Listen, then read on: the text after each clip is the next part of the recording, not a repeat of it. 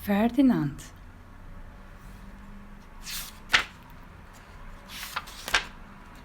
Once upon a time in Spain, there was a little boy, and his name was Ferdinand. All the other little bulls he lived with would run and jump and butt their heads together. But not Ferdinand. He liked to sit just quietly and smell the flowers. He had a favorite spot out in the pasture under a cork tree.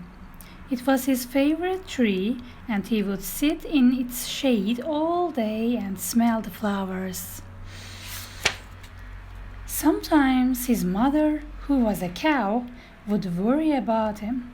She was afraid he would be lonesome all by himself.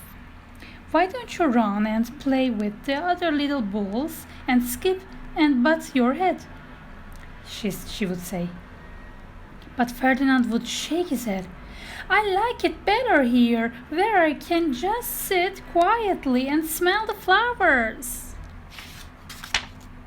His mother saw that he was not lonesome, and because she was an understanding mother, even though she was a cow, she let him just sit there and be happy.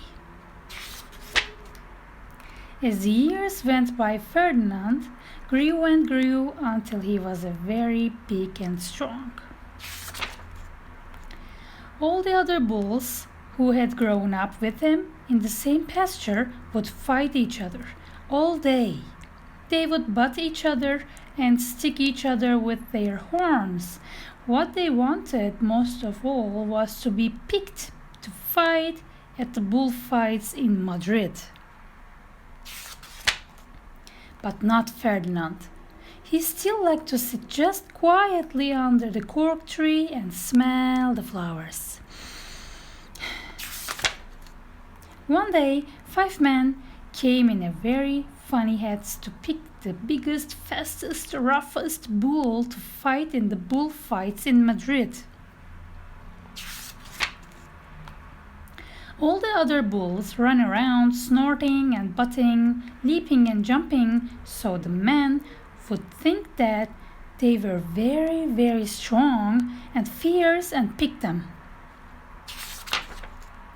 Ferdinand knew that they wouldn't pick him, and he didn't care, so he went out to his favorite cork tree to sit down. He didn't look where he was sitting, and instead of sitting on the nice cool grass in the shade, he sat on a bumblebee. Well, if you were a bumblebee and a bull sat on you, what would you do? You would sting him, and that is just what this bee did to Ferdinand. "Wow! Did it hurt?" Ferdinand jumped up with a snort.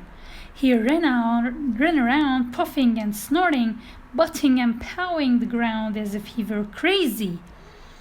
The 5 men saw him and they all shouted with joy. Here was the largest and the fiercest bull of all.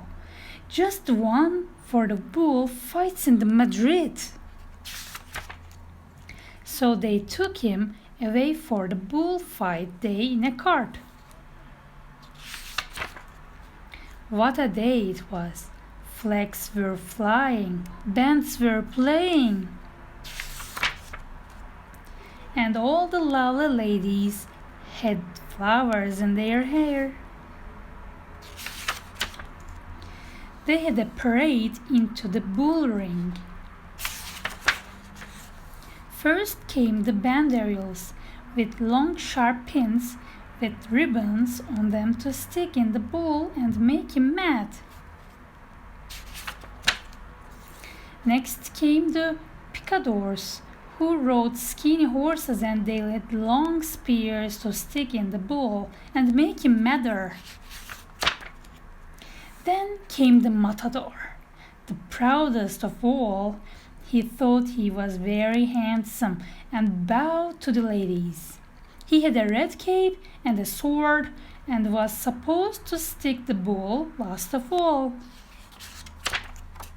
Then came the bull, and you know who that was, don't you? Ferdinand.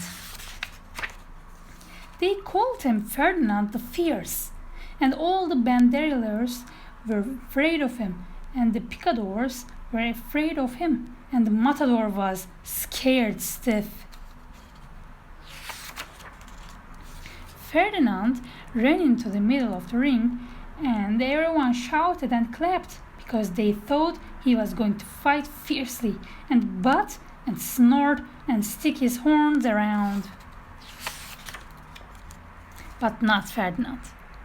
When he got to the middle of the ring, he saw the flowers in all the lovely ladies' hair, and he just sat down quietly and smelled.